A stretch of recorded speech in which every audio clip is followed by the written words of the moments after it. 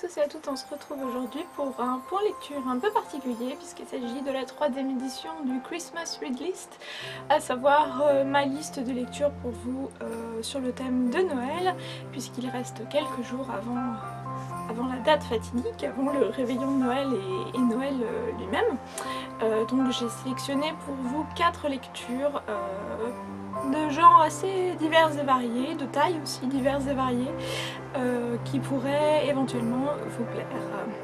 Première lecture, il s'agit de Flocons d'amour, qui est un recueil de nouvelles publié chez Hachette, donc Hachette Jeunesse. Donc 3 nouvelles qui sont rédigées par John Green, Maureen Johnson et Lauren Miracle.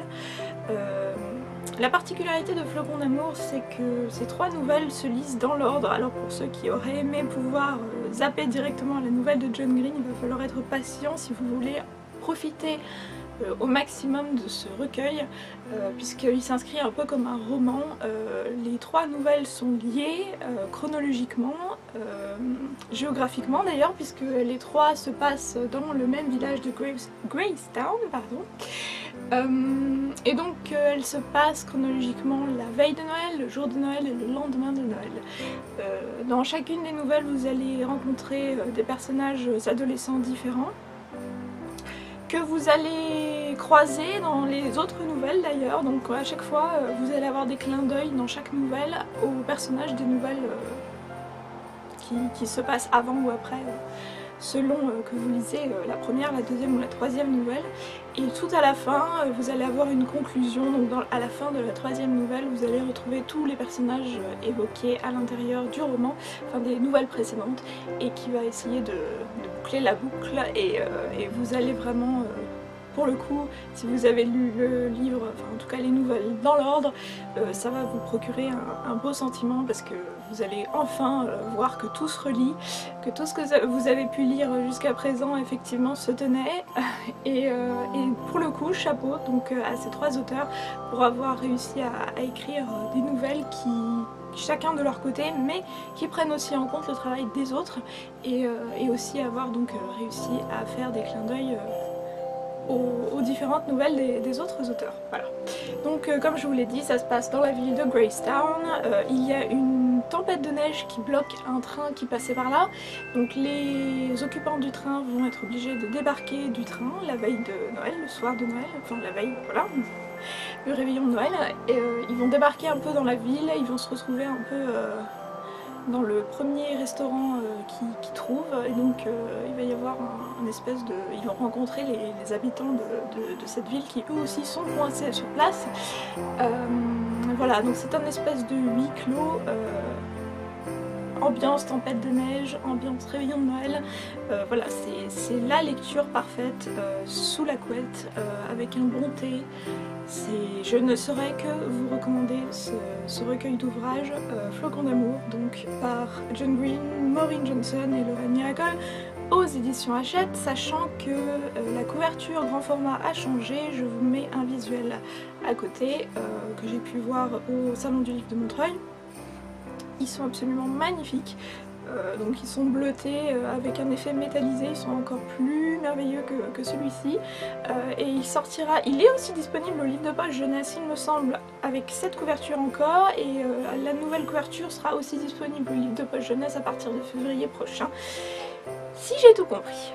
Je vais ensuite vous parler d'une autre nouvelle, très courte cette fois-ci, puisqu'elle est disponible uniquement en téléchargement pour tablette et liseuse. Elle ne fait que 15 pages et il s'agit de Jojo Moyes, La liste de Noël, donc publiée numérique aux éditions Bragelonne, collection Brage. Donc alors là pour le coup 15 pages, ça va très vite à lire, vous en avez pour même pas 10 minutes, c'est très succinct. C'est une jeune femme qui a énormément de listes de choses à préparer avant Noël et qui s'oublie totalement, qui est constamment harcelée par ses proches pour ne pas oublier tel cadeau, ne pas oublier de faire telle course, etc. Et qui au bout d'un moment... voilà quoi, c'est trop pour elle, elle en a un peu marre, et vous allez voir que finalement, parfois on peut faire de belles rencontres au coin d'une rue, Et ça va vous amener, même si la nouvelle est assez courte dans son format, ça va vous amener à vous poser des questions sur finalement le sens de Noël, les réelles raisons pour lesquelles on se rassemble et qu'on célèbre cette fête. Qu'est-ce qui est réellement important finalement? Est-ce que c'est tout ce qui est matériel ou est-ce que au contraire c'est profiter de la vie, profiter de ses proches, etc. Donc c'est vraiment très court, ça se lit très rapidement. En plus de ça, c'est gratuit, je vous l'avais pas précisé. Il est disponible gratuitement sur toutes les plateformes de téléchargement, donc je vous incite à profiter de cette nouvelle hein, pour en même temps éventuellement découvrir l'écriture de Jojo Moyes, puisque je pense qu'on ne la présente plus entre Avant toi, La lettre de mon amant et Jamais de sans toi.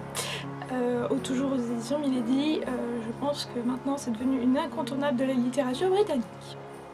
Troisième lecture de Noël, je vais vous parler de un conte de Noël cette fois-ci, donc à destination des enfants comme des plus grands. Il s'agit de La véritable histoire de Noël de Marco Leino aux éditions Michel Lafon. Il est paru il n'y a pas très longtemps, je crois, au mois de novembre si je ne m'abuse. Personnellement je ne l'ai pas en livre papier puisque je l'ai lu en version numérique. Et là il s'agit d'un réel conte de Noël à la façon conte de Dickens, donc attendez-vous à ce que ce soit triste au début comme tous les contes de Dickens. Et donc forcément, comme le titre l'indique, l'auteur va revenir sur les origines et le mythe du Père Noël, puisque on raconte, et je pense que tout le monde sait, que l'on attribue l'origine du Père Noël et donc l'endroit où il est censé vivre en Laponie et donc en Finlande. Donc c'est un conte finlandais puisque l'auteur est finlandais lui-même, et donc là c'est un conte assez triste qui nous raconte l'histoire du petit Nicolas, ou Nicolaus, qui va perdre sa famille, j'essaye de pas trop vous spoiler, qui va apprendre à survivre au sein du village de pêcheurs où étaient établis ses parents, et qui va se rendre compte que la bonté existe et qui va essayer de rendre toute cette bonté par des cadeaux justement. Et donc je ne vous en dis pas plus pour ne pas spoiler toute l'histoire. Je vous invite amplement à découvrir ce conte qui vaut le détour, hein. Il a été très bien noté sur toutes les plateformes comme Goodreads, Babelio, etc. Je lui ai personnellement attribué la note de 4 sur 5. C'est vrai que vous ne sortez pas indemne de cette lecture, comme je vous l'ai dit, c'est triste, ça vous fait parfois des petits pincements au cœur, mais c'est chargé d'une très bonne morale et c'est chargé d'un très beau message, et à la fin vous refermez le livre avec des étoiles dans les yeux, donc je pense que ça peut être une très bonne idée de lecture juste avant Noël. Et je finis avec ma quatrième lecture de Noël que je suis en train de lire en ce moment. Il s'agit du recueil de nouvelles Douce Nuit par Rose Clark et Faye Robertson, édité aux éditions Milady, Milady Romance pour être plus exact. Donc il rassemble deux nouvelles différentes, la première Sous le gui et la deuxième Une seconde chance pour Noël. Première nouvelle, pour l'instant j'en suis encore à la première. Qui traite, oui c'est de la romance contemporaine en fait, qui traite des périodes de Noël.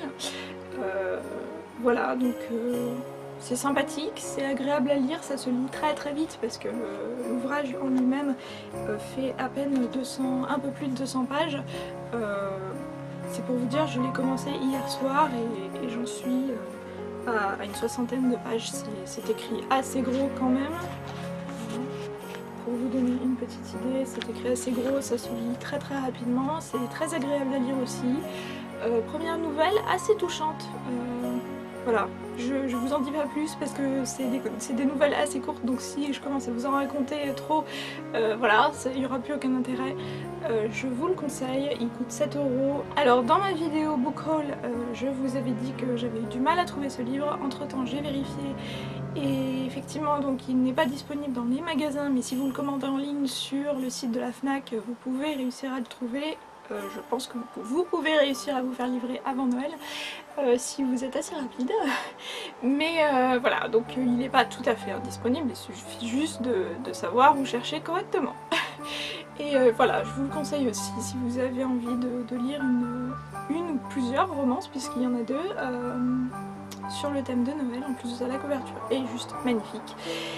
Je vous le conseille amplement. Voilà, c'était tout pour ma Christmas Read List de 4 ouvrages, donc j'espère que parmi les 4, au moins un vous aura intéressé, qu'il est encore temps pour vous de vous précipiter en librairie ou de réussir à le commander sur internet pour être livré avant Noël. En tout cas, je vous les conseille tout simplement, ça a vraiment été des bonnes petites lectures. J'irai pas jusqu'au coup de cœur pour certains, mais en tout cas vraiment des bonnes lectures qui vous mettent vraiment bien dans l'ambiance de Noël et qui vous donnent envie de vous poltonner dans un coin comme ça avec un bon thé chaud, etc. Et voilà, c'est toute l'ambiance de Noël. Et sur ce, je vous souhaite de très bonnes fêtes de fin d'année, que vous fêtiez Noël ou non.